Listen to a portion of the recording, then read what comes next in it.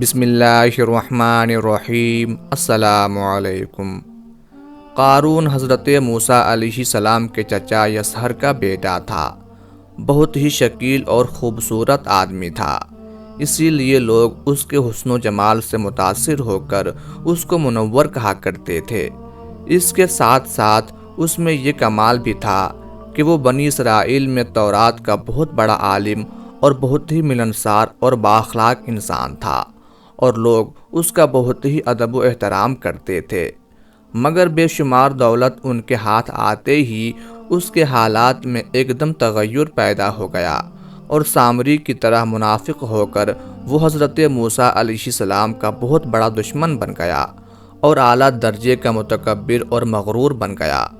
قرآن مجید فرقان حمید میں قارون کا ذکر 4 مرتبہ آیا ہے، اور اسے فرعون اور حامان کے ساتھ بدکاروں میں قرار دیا گیا۔ تورات کے مطابق اس کا نام قورہ تھا، اور بظاہر اس نے حضرت موسیٰ علیہ السلام کا دین بھی قبول کر لیا تھا، نماز پڑھتا تھا، تورات پڑھتا، مگر ریاکار اور کمزور عقیدے کا انسان مکمل ایمان نہیں رکھتا تھا۔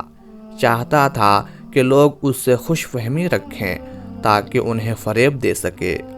قارون فصلوں کو پیشگی سستا خرید لیتا اور بعد میں انہیں مہنگے داموں فروخت کرتا تھا۔ معاملات میں کم تولتا، دھوکہ اور بے انصافی کرتا، سود کھاتا، اور جتنا ہو سکتا تھا لوگوں پر ظلم کیا کرتا۔ اسی قسم کے کاموں سے بہت زیادہ دولت اکٹھی کر لی تھی، اور اسے ہر چیز سے زیادہ عزیز رکھتا تھا۔ قارون خدا پرست نہیں تھا بلکہ دولت پرست تھا۔ اپنی دولت عیش و عشرت میں خرچ کرتا تھا۔ بہت عمدہ محل بنوایا، اور اس کے در و دیوار کو سونے اور مختلف قسم کے جواہرات سے مزین کیا، حتیٰ کہ اپنے گھوڑوں اور اونٹوں کو سونے اور جواہرات سے مزین کیا۔ قارون کے پاس سینکڑوں غلام اور کنیزیں تھیں، اور ان کے ساتھ وہ برا سلوک کرتا اور انہیں مجبور کرتا کہ اس کے سامنے زمین پر گر پڑیں اور اس کے پاؤں کو بوسہ دیں اور اسے سجدہ کریں۔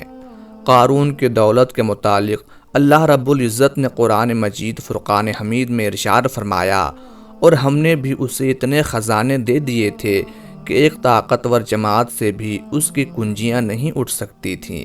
پھر جب اس سے قوم نے کہا کہ اس قدر نہ اتراؤ کہ خدا اترانے والوں کو دوست نہیں رکھتا۔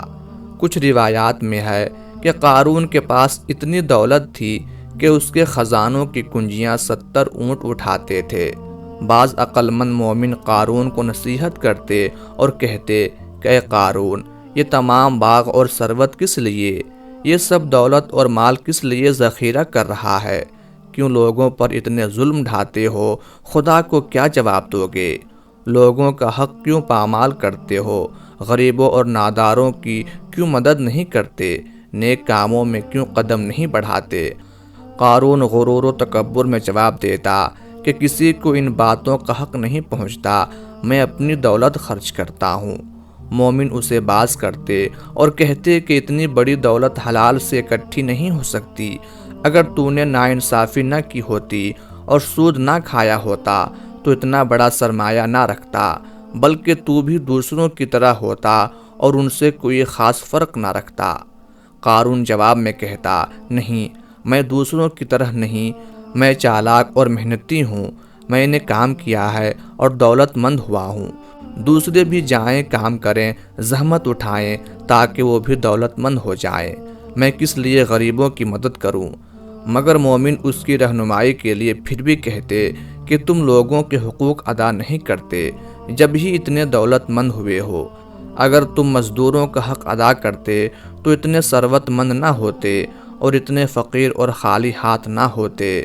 اب بھی اگر چاہتے ہو کہ وہ تمہارے ساتھ ہو جائیں اور تم سعادت مند اور عاقبت بخیر ہو جاؤ، تو اپنی دولت کو مخلوق خدا کی آسائش اور ترقی میں خرچ کرو۔ دولت کا انبار لگا لینا اچھا نہیں۔ دولت کو ان راستوں میں کہ جسے خدا پسند نہیں کرتا خرچ نہ کرو۔ مگر قارون مومنین کا مذاق اڑاتا اور ان کی باتوں پر ہنستا اور غرور سے انہیں کہتا کہ بے فائدہ مجھے نصیحت نہ کرو، میں تم سے بہتر ہوں اور اللہ پر زیادہ ایمان رکھتا ہوں۔ جاؤ اپنا کام کرو اور اپنی فکر کرو۔ جب زکوٰۃ کا حکم نازل ہوا تو اس نے حضرت موسیٰ علیہ السلام کے روبرو عہد کیا کہ وہ اپنے تمام مال سے 1000واں حصہ زکوٰۃ نکالے گا، مگر جب اس نے مال کا حساب لگایا تو ایک بہت بڑی زکوٰۃ نکلی۔ یہ دیکھ کر اس پر ایک دم حرص و بخل کا بھوت سوار ہو گیا، اور وہ نہ صرف زکوٰۃ کا منکر ہو گیا بلکہ عام طور پر بنی اسرائیل کو بہکانے لگا کہ حضرت موسیٰ علیہ السلام اس بہانے تمہارے مال کو لے لینا چاہتے ہیں، یہاں تک کہ حضرت موسیٰ علیہ السلام سے لوگوں کو دور کرنے اور لوگوں کے دلوں میں ان کی نفرت ڈالنے کے لیے اس خبیث نے یہ گندی اور گھناؤنی چال چلی کہ ایک عورت کو بہت زیادہ مال و دولت دے کر آمادہ کر لیا کہ وہ آپ پر بدکاری کا الزام لگائے۔ چنانچہ عین اس وقت جب کہ موسیٰ علیہ السلام وعظ فرما رہے تھے، قارون نے آپ کو ٹوکا کہ فلاں عورت سے آپ نے بدکاری کی ہے اور یہاں وعظ کرتے ہو۔ حضرت موسیٰ علیہ السلام نے فرمایا کہ اس عورت کو میرے سامنے لاؤ۔ چنانچہ وہ عورت بلائی گئی تو حضرت موسیٰ علیہ السلام نے فرمایا، اے عورت، اس اللہ کی قسم جس نے بنی اسرائیل کے لیے دریا کو پھاڑ دیا اور عافیت و سلامتی کے ساتھ دریا پار کرا کر فرعون سے نجات دی، سچ سچ کہہ دے کہ واقعہ کیا ہے۔ حضرت موسیٰ علیہ السلام کا جلال دیکھ کر عورت سہم گئی اور کانپنے لگی، اور اس نے مجمع عام میں صاف صاف کہہ دیا کہ اے اللہ کے نبی، مجھ پر قارون نے یہ دباؤ ڈالا تھا اور مجھ کو قارون نے کثیر دولت دے کر آپ پر بہتان لگانے کے لیے آمادہ کیا ہے۔ اس وقت حضرت موسیٰ علیہ السلام آپ دیدہ ہو کر سجدہ شکر میں گر پڑے، اور بحالت سجدہ آپ نے یہ دعا مانگی کہ اے پروردگار عالم، قارون پر اپنا قہر و غضب نازل فرما۔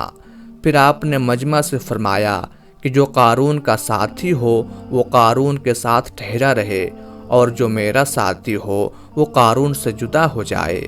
دو خبیثوں کے سوا تمام بنی اسرائیل قارون سے الگ ہو گئے۔ پھر حضرت موسیٰ علیہ السلام نے زمین کو حکم دیا کہ اے زمین، تو اس کو پکڑ لے، تو قارون ایک دم گھٹنوں تک زمین میں دھنس گیا۔ پھر آپ نے دوبارہ زمین سے بھی فرمایا، اے زمین، اس کو اور پکڑ، تو کمر تک زمین میں دھنس گیا۔